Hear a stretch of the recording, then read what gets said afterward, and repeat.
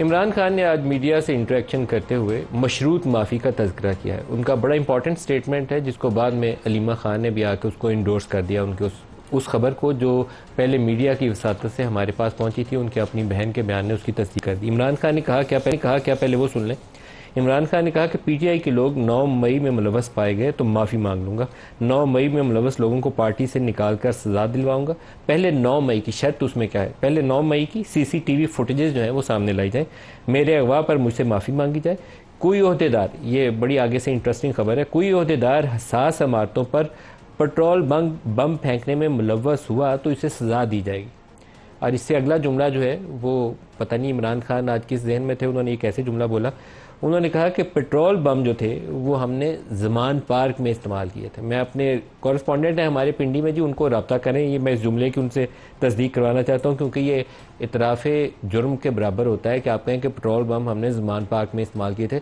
ज़मान park में police वालों के ऊपर और रेंजर्स के ऊपर पेट्रोल बम गिरे थे, उनकी गाड़ियों के ऊपर गिरे थे, आग लगी थी, तो क्या उसकी सज़ा नहीं मिलेगी? सज़ा सिर्फ उसके ऊपर मिलेगी जो कोर कमांडर वाले या जीएचक्यू के गेट के ऊपर जो कुछ हुआ है उसके ऊपर मिलेगी।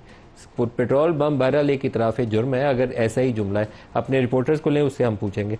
हम मुल्क में इंतशार नहीं चाहते, मुल्क की खातिर बात करना चाहते हैं। अगर कोई तंजीमी ओहदेदार हसास इमारतों पर पेट्रोल बम फेंकने में मुलव्वस हुआ तो उसे सज़ा मिलेगी। पेट्रोल बम हमने सिर्फ ज़बान पार्क में इस्तेमाल किए थे।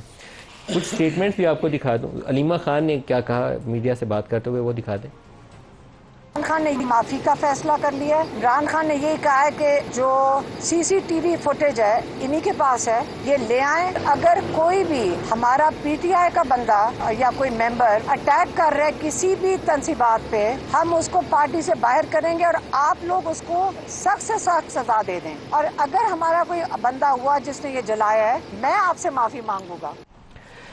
पाकिस्तान तहरीक इंसाफ के हवाले से और 9 मई के हवाले से मेरा एक पॉइंट ऑफ व्यू है और एज ए जर्नलिस्ट मैं इसके पहले भी इजहार कर चुका हूँ, आज दोबारा दोहराऊंगा क्योंकि इमरान खान अपने यू टर्न के मामले में तो जाने जाते हैं, लेकिन ये ऐसा मामला है जिसने पूरी पाकिस्तानी सियासत को, उनकी पार्टी को, उनकी शख्सियत को, सियासत में उनके अपने किरदार को, सारों के लिए एक बहुत बड़ा धचका साबित हुआ था।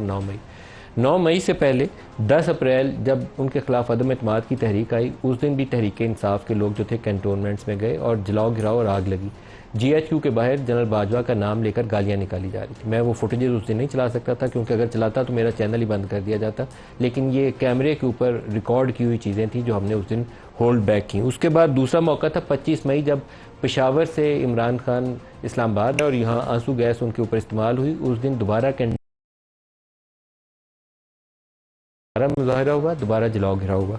तीसरा मौका था 3 नवंबर जिस दिन वजीराबाद में इमरान खान के ऊपर अटैक हुआ। उस दिन दोबारा जो बाज़ फौजी इमारतें हैं या कंटोनमेंट्स हैं, उस दिन वहाँ पे मुजाहरे भी हुए, जलाओ गिराव भी हुआ। और ये चौथा मौका था 9 मई। अब क्या 9 मई जो था ऑटोमेटिक था? मेरा नहीं ख्याल है ऑटोमेटिक था। 9 मई के एहतजाज की कॉल पाकिस्तान तहरीक इंसाफ ने ऑर्गेनाइज़ की थी। क्या जलाओ घिराव उसमें शामिल था? इसके ऊपर मैं यकीन से नहीं कह सकता क्योंकि 9 मई को एहतजाज, पुरअमन एहतजाज, इमरान खान अब खुद भी उसकी तस्दीक कर रहे हैं। और क्या इसका एजेंडा क्या था? क्योंकि 200 जगहों पे फ़ौज की जो इमारतें हैं उसके ऊपर एहतजाज हुआ है, तो उसके पीछे क्या फैक्टर्स कार फरमा थे? 2 चीज़ें ऐसी हैं जिसका मेरे पास क्लियर आंसर नहीं है। क्या इसके अंदर सर्विंग और रिटायर्ड आर्मी के लोगों का रोल था? ये बहुत बड़ा सवाल है जिसका मैं पहले भी एक दफ़ा सवाल उठाया था, लेकिन मुझे उसका पूरा जवाब नहीं मिला सिवाय इसके कि फ़ौज ने 9 मई के वाक़यात के बाद कुछ अपने अफसरों को रिटायर किया है, जिसमें 1 या 2 शायद जनरल रैंक के ऑफिसर्स भी शामिल हैं। शायद 15 टोटल ऑफिसर्स थे जिनको फारिग किया गया, क्योंकि एक अटेम्प्ट की जाती है आर्मी चीफ को अपने ओहदे से हटाने के लिए 2 तरीक़ों से। एक तो होता है कि फ़ौज के अंदर से उकसाया जाए और उनके खिलाफ ऐसी बगावत पैदा कर दी जाए। वो बगावत है सीधी फ़ौज के अंदर, वो पाकिस्तानी आर्मी में मुमकिन नहीं है। बहुत ऑर्गेनाइज्ड और डिसिप्लिन स्ट्रक्चर है और एक आर्मी चीफ के हुक्म के नीचे पूरी फ़ौज चलती है।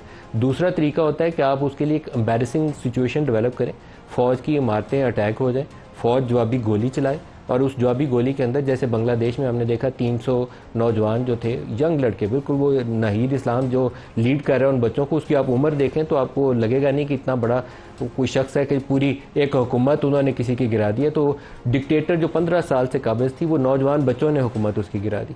फ़ौज ने उस दिन 9 मई को गोली नहीं चलाई, जो समझदारी का फैसला था।